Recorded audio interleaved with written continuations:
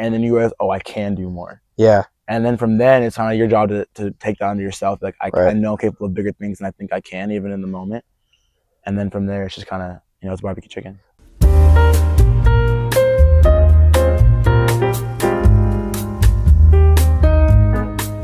Okay, everyone. Good morning, good afternoon, good evening, and welcome back to the second episode of Deeper Than You Thought, the philosophy podcast with Thaddeus Uhas and Mikey Murray. Before we get into everything, I want to do a quick little check-in. After first episode, how are we feeling? How's your week go with the podcast? Outside of the podcast, how you doing, Mike? Good, man. I love exploring ideas with you. It's definitely been a long week. It's been full of a lot of different things, but it helps to come talk to you about these ideas, get my mind off things, and explore. Yeah, so for sure. Yeah, I know. I want to thank everyone who's watched it. I know a lot of my friends, a lot of his friends have told me, texted me on Instagram, on my number, that they enjoyed the podcast and they enjoyed listening to it. So shout out all you guys. I hope to have even more fans eventually. But yeah, I mean, I think it was a pretty good success. Yeah, and it's going to keep going up from there. Yeah, I had a good week. I'm looking forward to watch Spider-Man. I want to watch that in like a couple of hours. Let's go. I'm gonna watch it like 5 times probably this weekend with like various groups of friends. Yeah, they're about to have a good weekend going forward. But let's get into it. So last week we covered a lot of different topics. We covered a lot of grounds. We talked a lot about meaning. We talked about the virtual world. We talked about the real world. We talked about what's deep versus what's superficial. And we talked a lot about thinking and the priority of thinking that should occupy human beings' minds. And we sketched some virtues, prudence, wisdom, etc. But this week we want to focus more on action, because a lot of times we can actually get stuck in our own heads, which can stop us from reaching reality, stop us from reaching out and kind of touching what's real. And action doesn't mediate us to the world like our thoughts can. It gets us in real contact. And so there's a quote that we both have been pondering that we want to read to you guys that has been beneficial to me and you, that we want to explore today. So yeah, that quote is, you know who said it, by the way? I actually don't. It's some entrepreneur. Yeah. So the quote goes, preparing to do the thing isn't doing the thing. Scheduling time to do the thing isn't doing the thing. Making a to-do list for the thing isn't doing the thing. Telling people you're going to do the thing isn't doing the thing. Messaging friends who may or may not be doing the thing isn't doing the thing. Writing a banger tweet about how you're going to do the thing isn't doing the thing. Hating on yourself for not doing the thing isn't doing the thing. Hating on other people who are doing the thing isn't doing the thing. Hitting on the obstacles in the way of doing the thing isn't doing the thing. Fantasizing about all the adoration you receive once you do the thing isn't doing the thing. Reading about how to do the thing isn't doing the thing. Reading about how other people do the thing reading about how other people do the thing isn't doing the thing. Reading this essay isn't doing the thing. The only thing that's doing the thing is actually doing the thing. So that's a pretty long quote, pretty repetitive, but it kind of beats it into your brain a little bit of, go act. Right. Go do this. Go do things. And I think Mike said like a minute ago how humans are very naturally introspective and actually thinking creatures, but also it's important to know that in order to have success in this life, in order to have a fulfilling life, you need to get things out of your mind, out of your thoughts, into actuality, out of potentiality from your mind into actuality in the real world.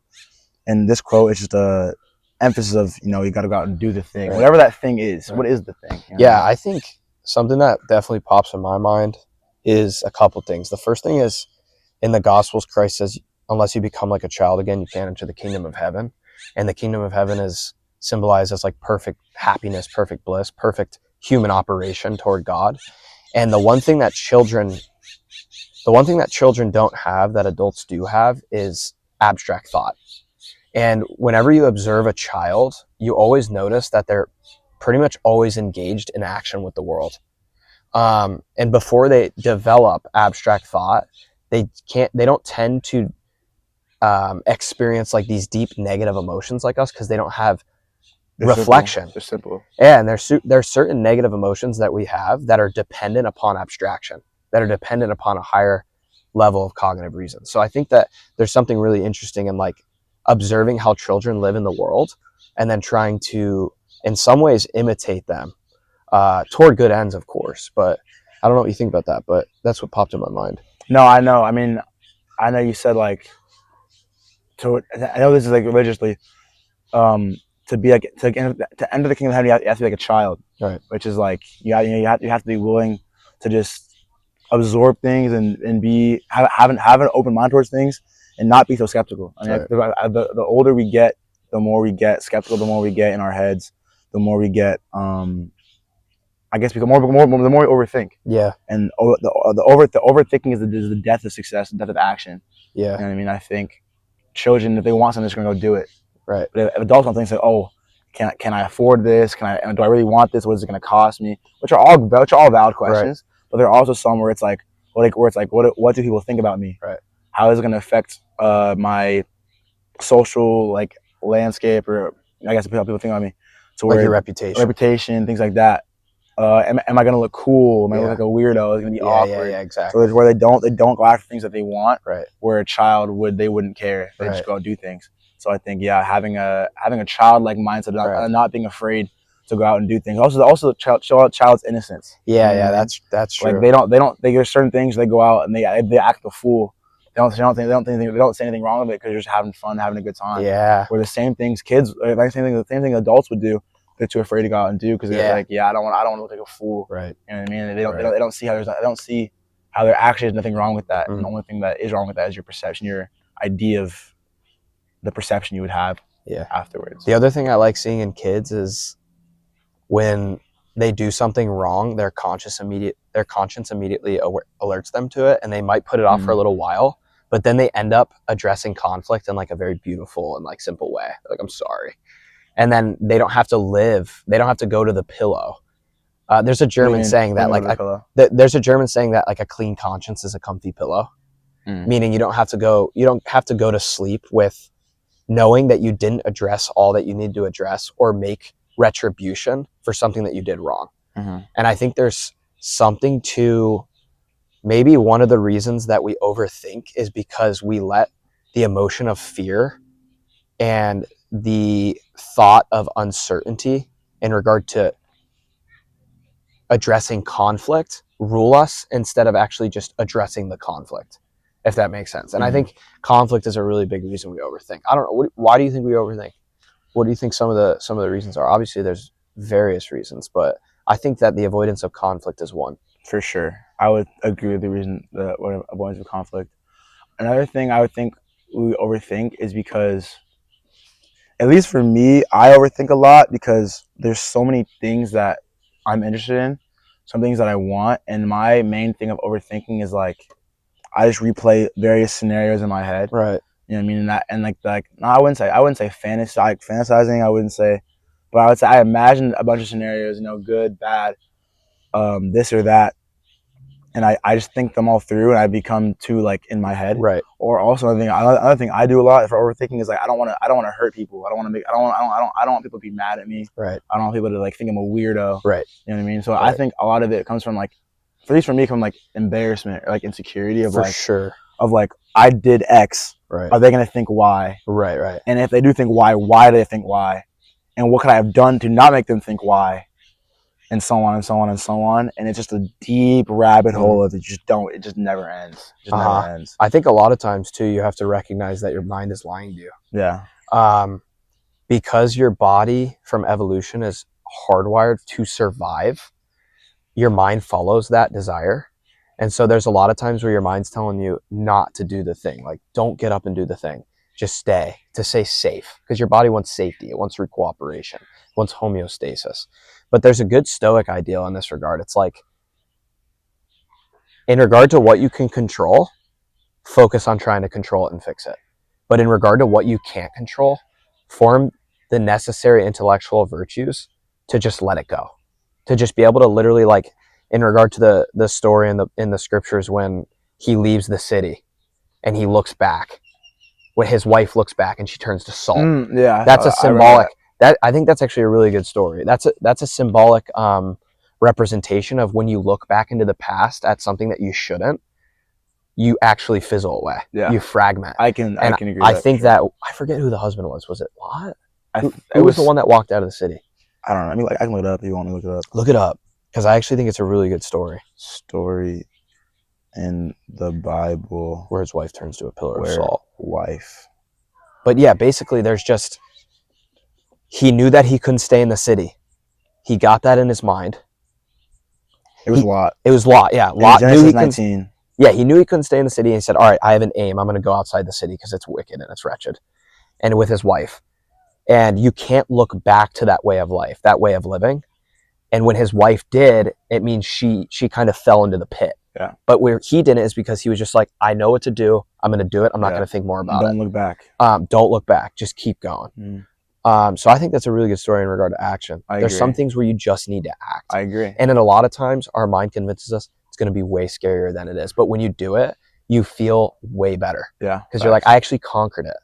Like I saw a thing, I think the other day where it's like an intense hard workout. Yeah. You dread it. You don't want to go do it. And then once you're doing it, you realize it isn't that bad. And then once you're done, you could be physically exhausted, drenched with sweat. Right.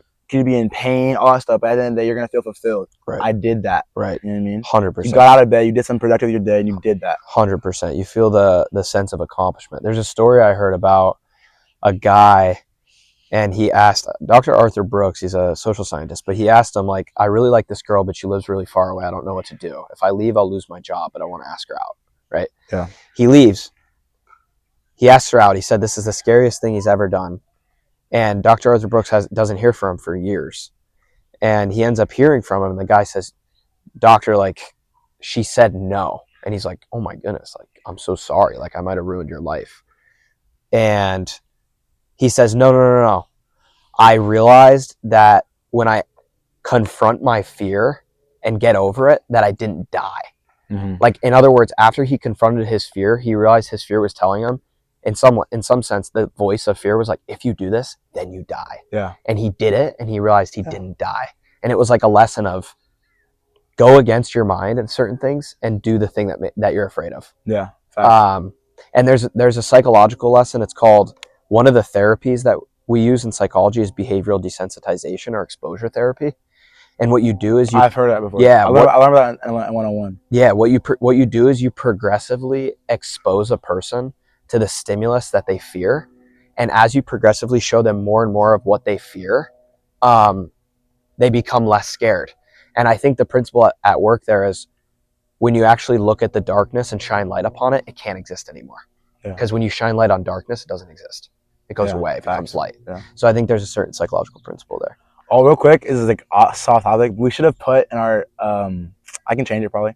In our our category, should have put psychology too. Yeah, I kind of forgot. We're both psych majors. I kind of forgot about that. Yeah, I can do it later. Yeah. Anyways, but I think everything you said, especially that story with the guy asking out the girl, is very true because you've heard it before.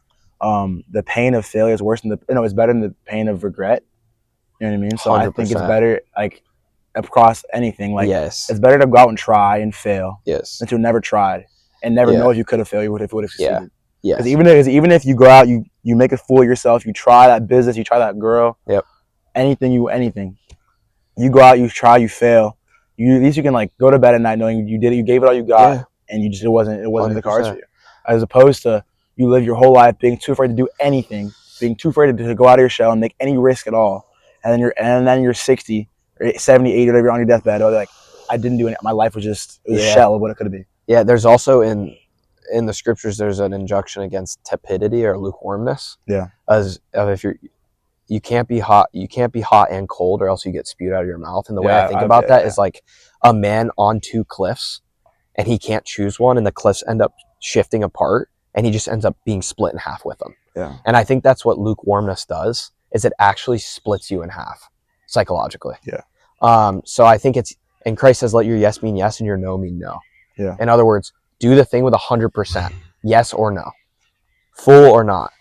And that's obviously, we're not calling to do stupid things. We're saying do good things, but still try. Yeah. Yeah. Yeah. Yeah. I know. And even with that, it's when it comes to you wanting to try things, a lot of it is I don't want to do this because what if I fail? Yeah. What if I go out there and I fail like an idiot? But also, what if you succeed? Yeah. You know what I mean? I feel people don't think about that enough. What if I go out there and I get everything I actually want? Yeah. What if I make a business and it actually blows up and I become a millionaire? Right. What if I ask a girl and actually she ends up being my wife and I have this beautiful girl of my dreams wife that I never thought I could have had? Yeah. I mean, what if I go out for the basketball team and I actually make the team? Yeah. So on and so on and so on. What if you go out and you actually try things and you succeed, Right.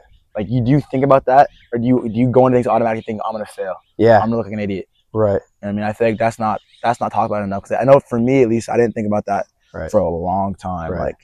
Like you actually can succeed in this life. You can get everything you want. Yeah. Like it's possible. You just got to go out there and go get it. Do you think that risk is inherent to making decisions? Oh, for sure.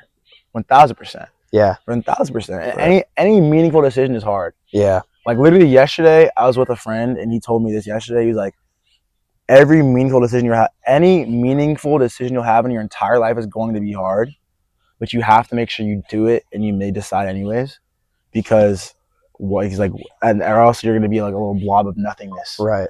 You know what I mean? So you're saying, so there's two things there. There's doing meaningful things is really hard, but there's also doing meaningful things is really risky. Yeah. So maybe it's a path to what's most meaningful is doing what's sometimes most risky and most difficult. Yeah. Because you're stretching all of the potential that you have within you that you didn't even know was there.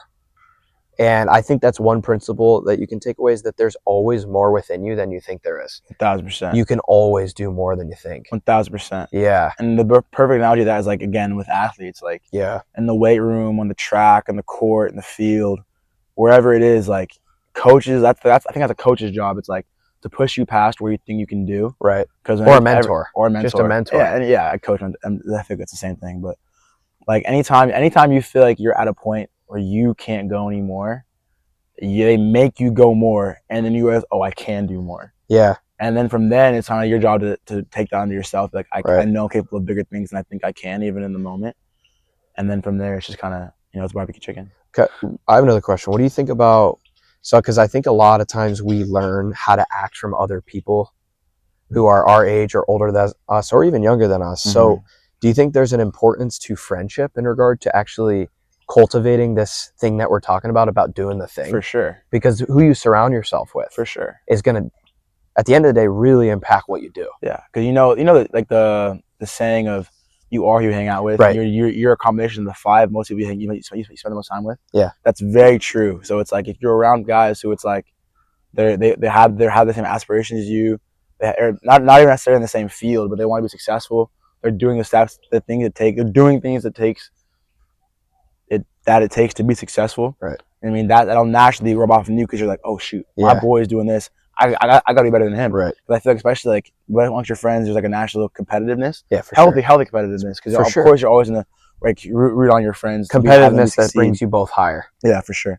So it's like, for me, it's like probably for you too. Anyone who's probably watching this is like, if my friends are succeeding, of course I'm like their biggest fan. Like, go you. You know what I mean? Yeah. But also it's like, okay, now I gotta lock into myself to match your energy, so we can both succeed and both where we want to be. For sure. You know what I mean? So I think having good friends, like I don't know if I don't name drop, but there are friends who I know that made me want to make this podcast, because they're doing the things that they always wanted to do. Yep.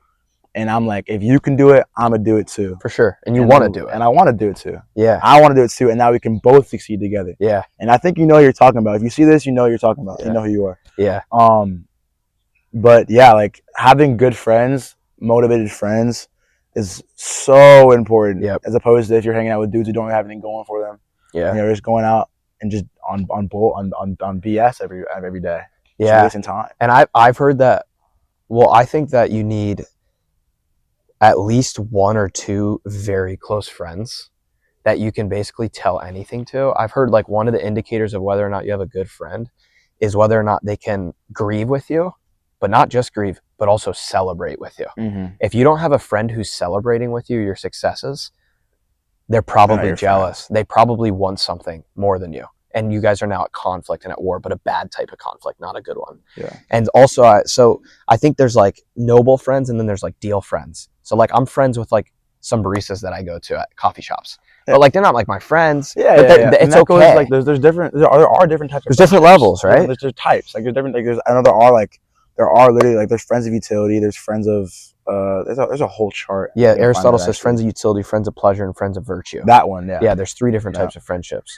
And then there's also friendship with God. Yeah. But I also, yeah. So I goes to that, and there's nothing wrong with having friends of like utility, friends of pleasure. But I think you said can't have only that. No, yeah, you need to have friends of virtue, friends that are like on that same wave. They want you, they push you to be a better person, push you to Yep. be successful, and they make you better and you make them better, and vice versa. It's a beautiful web of Right. like Right. friendship and Yeah. success. Right. But also you can't get your motivation from them. Yes. You know what I mean? Like Yes. I know there's this thing where everyone's their own biggest critic. Yep. You know what I mean? And everyone you always critique yourself. Everything you do bad, you think you did the worst. Right. And even things like let's say you go out, like I said before, you go out do something embarrassing, look an idiot. I guarantee you will be thinking about that more than anyone else would be. Yep. Because they'll probably see you do something Easily. stupid, they'll be like, oh, he's an idiot, and they'll move All on. the Or they'll think, oh, it's kind of weird, and move on. Yes. In a second. But with you, oh, why did I do this? That was so embarrassing. I should have done that, yada, yada, yada, yada, yada. And in reality, no one else thought about it. Right. You know what I mean? And I think you should change that from being your own biggest critic to being your own biggest cheerleader. Mm. You know, I can do more things than I think I can. I'm capable of X, X, and X, and X, and X. And even if everyone else says you can't, I say I can. And who are y'all? I'm me. Mm-hmm. And I'm all in at the end of the day. It's me. Yeah. That's all I need. Yeah. So I think flipping your mindset from I can't do anything to I can do everything. Even if everyone says I can't, is the biggest thing to actually leading into action, to actually and getting success, and to actually doing the thing. Yeah. Because if you're good with yourself at the end of the day, then everyone else doesn't mean anything. Right. You know what I mean? Can you read the quote? There's a quote I came second across. Yeah. There's it's either an old Chinese proverb or it's from a poet that I can't remember his name of. But the quote I think this goes, is relevant. The quote goes, sow an act, reap a habit. Sow a habit, reap a character. Sow a character, reap a destiny. I got chills. Yeah. That's tough. Yeah. Sow an act, reap a habit. Sow a habit, reap a character. Yeah, character. Sow a character, reap a destiny. And I think that, so Aristotle says an initial error in the beginning leads to an error of vast proportions.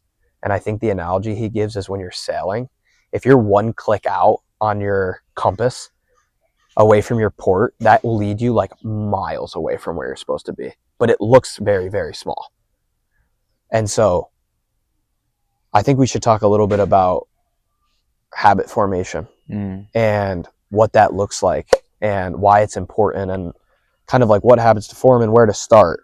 And one of the things that I've heard that I like is a lot of times when we think about doing habits, like for example, like I think the number is wild for New Year's resolutions. Oh, it's insane. I think after 2 weeks, it's all bullshit. After like 2 weeks to a month, most people are done. They're done with their New Year's resolutions. Yeah, that's right.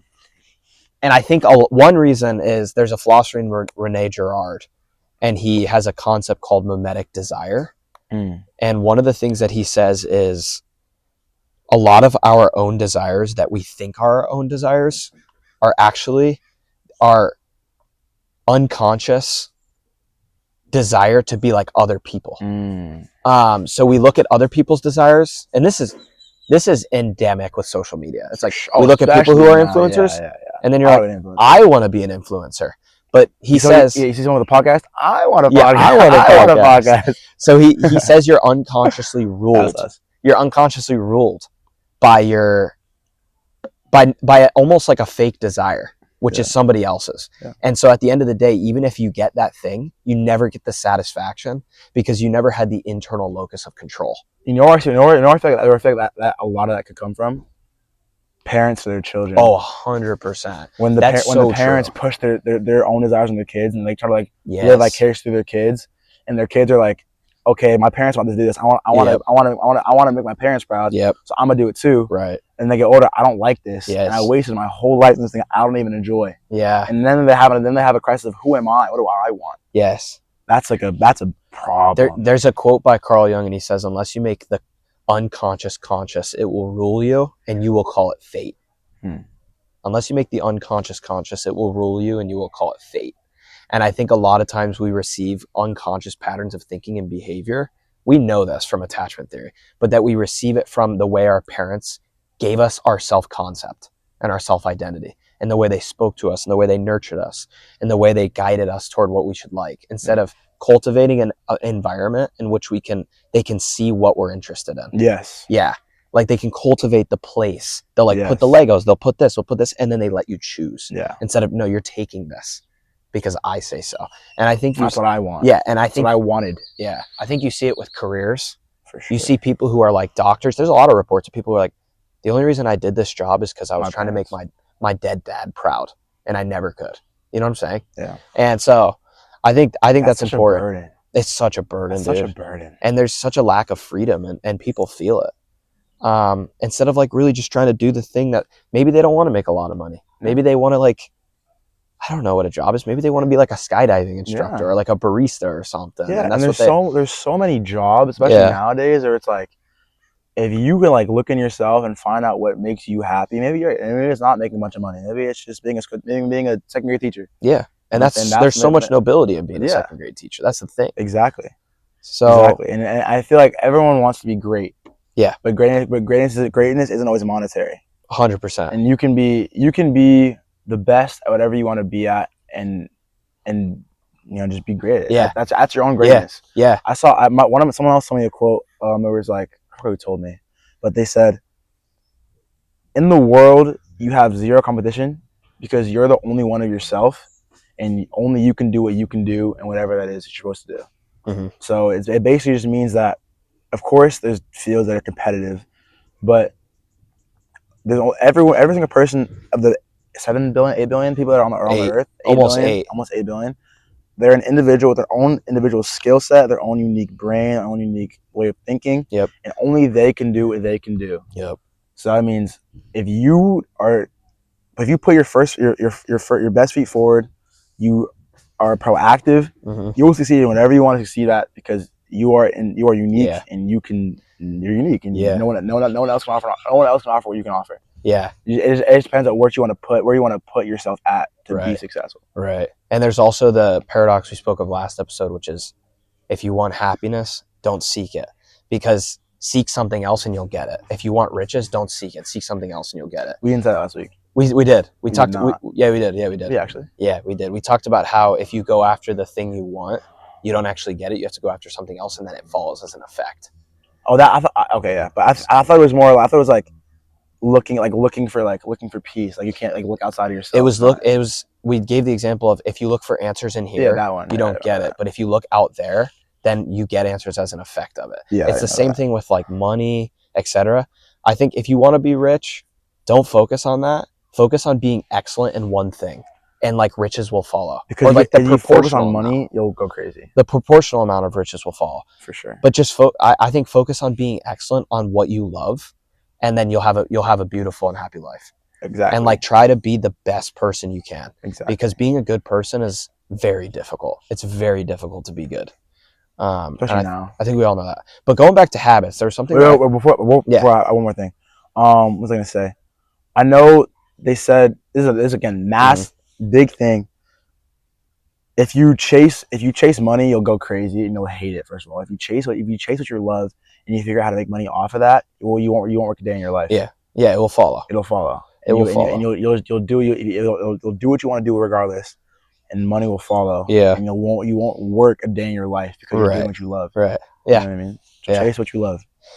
Yeah. Habits. No, yeah. I was just gonna say, a lot of people, when they think, all right, I'm gonna form a new habit, a lot of times in their mind they're like, the habit is like this thing that isn't really a part of their regular schedule. Mm-hmm. Like, there's an incongruity between the 8 to 5 every day that they live, and then the habit that's like so outside of that. Yep. Whereas I've heard the best way to get good at forming habits and doing the thing is look at everything in your life that you do most days. So look, you're cooking, you're brushing your teeth, you're making your room, maybe you're doing your job, you're reading a specific book, like you're working out, and then tighten up, be more excellent in everything there, because that comprises like 40 out of however, that comprises like 80% of the hours of your week anyway. And so if you get really good at the habits that you're already doing, then that means you can get really good at the habits that you're not doing. Because what makes you think that you can get really good at a habit that's almost like completely exterior to your life if you can't get really good at the habits that are completely interior to your life? Sure. And so I think that's an excellent piece of advice. Focus on the very small things and get really freaking good at them. I agree. And then when you get really good at them, you form the habit of being good at getting good at habits. I like that. Yeah. So it's like it's a different construal. So I think that's one very practical way to start implementing doing the thing For sure. and reaping a character. For sure.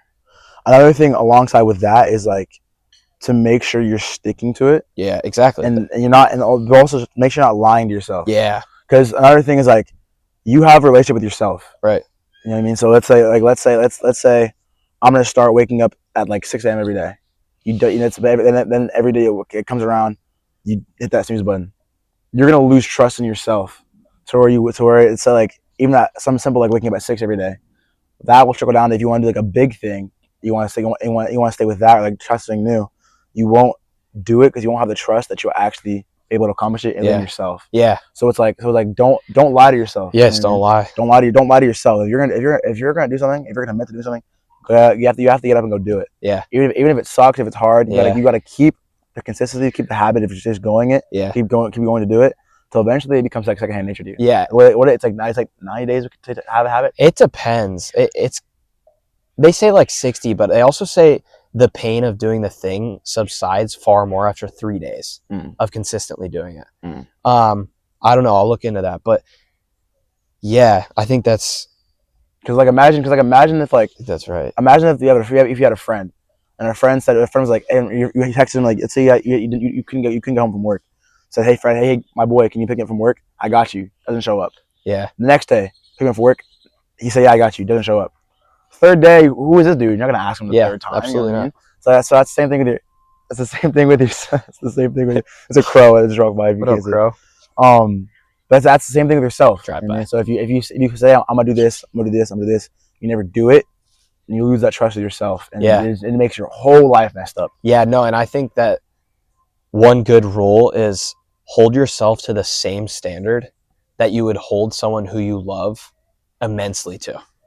Because a lot of times we realize that we hold other people that we love to really high standards because we know what they're capable of, but we don't love ourselves in the same way. So it's like if you know someone you love wants to attain the 6 a.m. wake up time and you love them, you're going to help them. Yeah. In the same way, hold yourself to that same standard and love yourself and do it. So I agree. And then also one more thing, back with this thing you said earlier about master things inside of yourself. Yeah. Everyone wants to be extraordinary, right? But think about extraordinary. Right. Extraordinary. Yeah. So the extraordinary people, the people that have to exceed the most, aren't extraordinary, aren't successful, aren't great because they do all these crazy outside things. Right. They just do the ordinary things, the basic things extra. Yeah, yeah. They do it the most, they do it often, and they become elite at the basic things. 100%. Especially like, again, I talk about sports, like that's my field of study. I want to coach basketball, but like in sports, you see like you get to the highest levels, what are they doing? The basics. Like in basketball, you're working on how to set a good screen, how to get in a stance, how to get in a stance on defense, how to have a hand up. You pass, you cut, you box out, get a rebound. You know what I'm saying? And the higher you get up, and at least in basketball, the more you realize the elite of the elites are elite because they do the basics and the simple things at an amazing elite pace, skill level. Yep. They do the basic stuff amazingly. 100%. They don't do this super pretty extra out of the ordinary stuff well. They do the basics well, not follows. Yeah, the good and excellent people they're not looking for glamour. No. Yeah, it's the same thing. Like Socrates said, he knew he was wise, precisely because he is wise because he knows he's not. Yeah. In other words, like it was a true statement, and it made him more wise because he knew he wasn't wise. And then he got wise. Exactly, and I think the same thing. The people who are trying to be extraordinary aren't the people who are trying to be extraordinary in their mind. Yeah. They're the people who are trying to be great and get really good at the ordinary stuff, and then extraordinary comes as an effect. Yeah. So it's the same paradox. Yeah. It's like don't necessarily always chase the thing that you think you should chase. Chase another thing, and those things come as an effect of them. For sure. And that also goes back to what you were saying earlier about knowing yourself. Yeah. And being brutally honest with where you're at in life. Yeah. And you just admit, like, this is where you can admit, actually, I'm doing pretty well. Yeah. Or you're saying, actually, I'm not doing anything. Yeah. My whole life is a lie. Right. I'm on complete bullshit. Right. I don't know what I'm doing. Right. And then okay, now I've admitted that. How do I go forward? Yeah. Like, exactly. like the first, what's the first step in AA?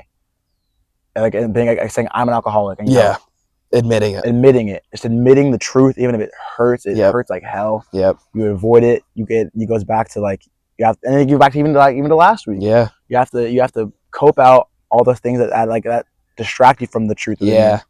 You look in the truth and you say, I'm doing this. I want to be X. I'm here. I want to be here.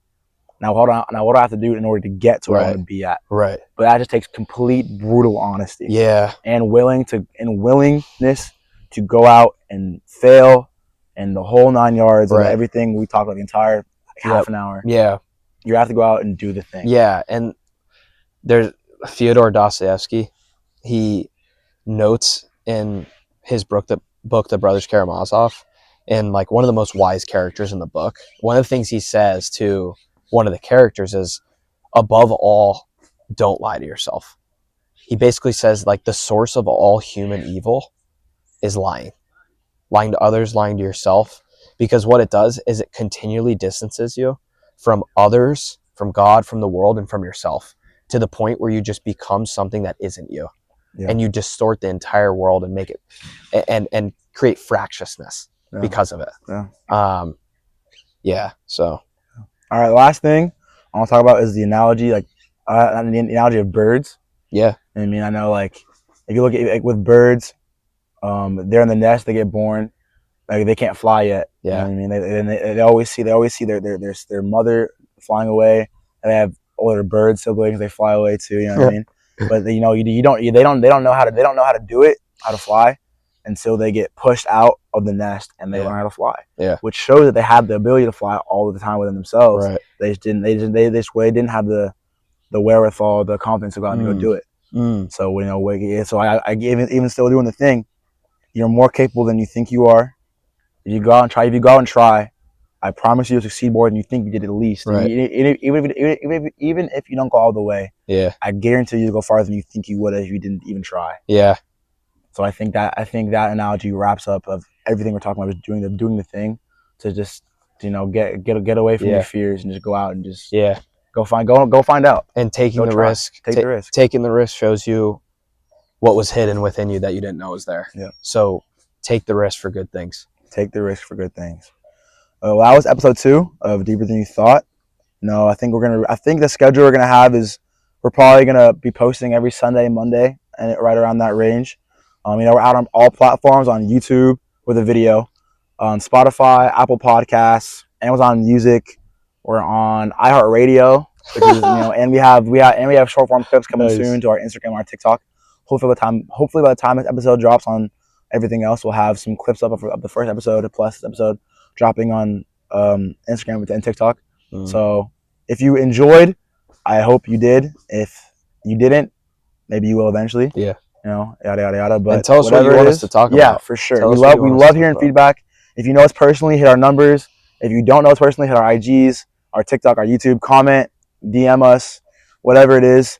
I think I can get to a point where someone told me like eventually we can get to a point where they can ask us questions. Yeah, exactly. And then we can just go on a whole episode just answering their questions. So fun. Yeah. But until next time, keep thinking, keep living, keep loving, and we'll see you guys next week.